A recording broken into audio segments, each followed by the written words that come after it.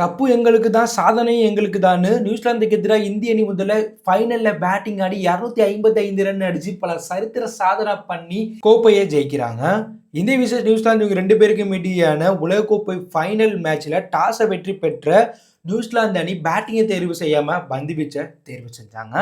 முதல்ல பேட்டிங் ஆடிய இந்திய அணியில தொடக்க ஆட்டக்காரரா சஞ்சு சாம்சன், அபிஷேக் சர்மா களமிறக்கப்பட்டாங்க. 2 அணியுடைய பிளேயிங் லெவலில், அதாவது இந்திய அணியுடைய பிளேயிங் லெவலில் ஒரு மாற்றம் கூட இல்லை. எதிரணியில் டர்பியை உள்ள கூட்டு வந்தாங்க. ஸோ அது அந்த அணிக்கு எதுவுமே ஹெல்ப் பண்ணலை.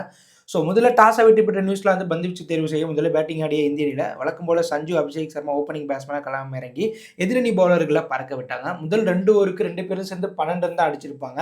அடுத்த 4 ஓவரில் 82 ரன் அடிச்சிருப்பாங்க. இதில் அபிஷேக் சர்மா தொடக்கத்திலிருந்தே கொஞ்சம் அதிரடியாக விளாண்டுருப்பாங்க. சஞ்சு கொஞ்சம் பொறுமையாக விளாண்டாலும் அதுக்கப்புறம் அவருமே பார்த்தீங்கன்னா எதிரணி பவுலர்களை டேக் ஆன் பண்ணி பறக்க விட்டுருப்பாங்க. 2 பேருமே எதிரணி ஸ்பின்னரையும் சரி ஃபாஸ்ட் பவுலரையும் சரி பறக்க விட்டுருப்பாங்க.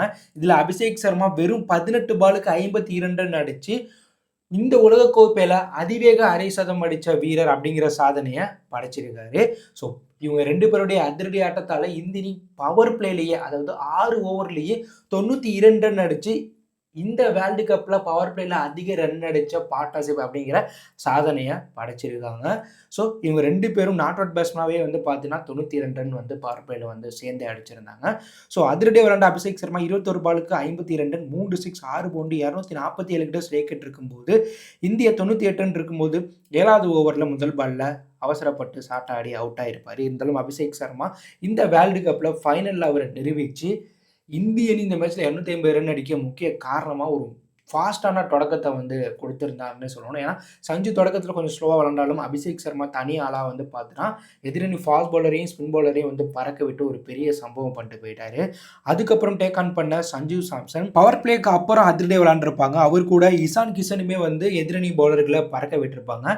சஞ்சு சாம்சன் 28 பாலுக்கு அரை சதம் அடிச்சு எதிரணியை கதிர விட்டுருப்பாரு. அதே போல இசான் கிஷனுமே எதிரணியை பறக்க விட்டுருப்பாரு. அந்த கட்டத்தில் இந்திய 14 ஓவர்லேயே 200 ரன் அடிச்சிருப்பாங்க.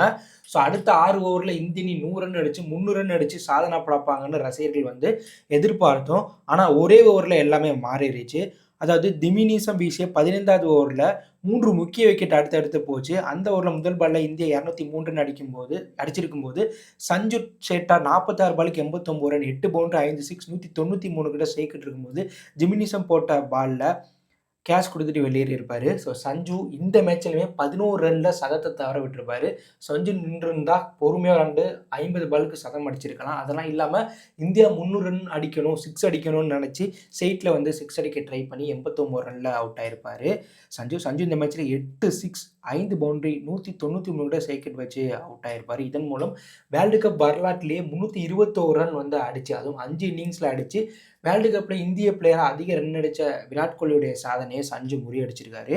ஸோ அதே ஓவரில் 3வது பாலில் இசான் கிஷன் 25 பாலுக்கு 54 ரன், 4 பவுண்டரி, 4 சிக்ஸ், 216 கிட்ட ஸ்ட்ரைக் ரேட் இருக்கும்போது அவுட் ஆயிருப்பார். அதுக்கப்புறம் சூரியகுமார் யாதவ் சம்மந்தமே இல்லாமல் ஷாட் ஆடி டெக் அவுட்டில் ஜிமினிசம் போட்ட பாலில் கேட்ச் கொடுத்துட்டு வெளியேறிப்பாங்க. ஸோ அந்த ஓவரில் ஜிமினிசம் 3 விக்கெட் எடுத்து இந்திய அணி 300 ரன் அடிக்கிறத தடுத்திருப்பார். அதுக்கப்புறம் உள்ள திலக் வர்மா, ஹர்திக் பாண்டியா அடுத்த 5 ஓவரை கொஞ்சம் பொறுமையாகவே கொண்டு போயிருப்பாங்க. இதில் ஹர்திக் 13 பாலுக்கு 18 ரன், 1 பவுண்டரி, 1 சிக்ஸ் அடித்து அவுட் ஆக, கடைசியாக வந்த தூபே கடைசி ஓவரில் மட்டும் 26 ரன்களுக்கு மேலே அடிச்சிருப்பாரு. தூபே இந்த மேட்ச்சில் 8 பாலுக்கு 26 ரன், 3 பவுண்டரி, 2 சிக்ஸ், 325 கிட்ட ஸ்ட்ரைக் வச்சதுனால தூபே கடைசி ஓவரை டேக் ஆன் பண்ணதுனால இந்திய 20 ஓவர் முடியல 5 விக்கெட்டில் போயிருக்கு.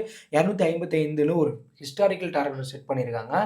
ஸோ போன மேட்ச்சில் இந்திய 243 ரன் அடித்தாங்க. அந்த சாதனையை, அதாவது இந்த வேர்ல்டு கப்பில் அதிக ரன் அந்த மேட்ச் தான், அந்த சாதனையை ஃபைனலில் வீழ்த்தி உலகக்கோப்பை வரலாற்றிலேயே ஃபைனலில் அதிக ரன் அடித்த அணி அப்படிங்கிற சாதனையும் இந்தியா படைச்சிருக்காங்க. இதுக்கு முன்னாடி இந்தியா தான் வேர்ல்டு கப்பில், போன வேர்ல்டு கப்பில் 176 ரன் அடிச்சிருந்தாங்க. அந்த சாதனையை இந்திய அணி இந்த மேட்ச்சில் முறியடிச்சிருக்காங்க.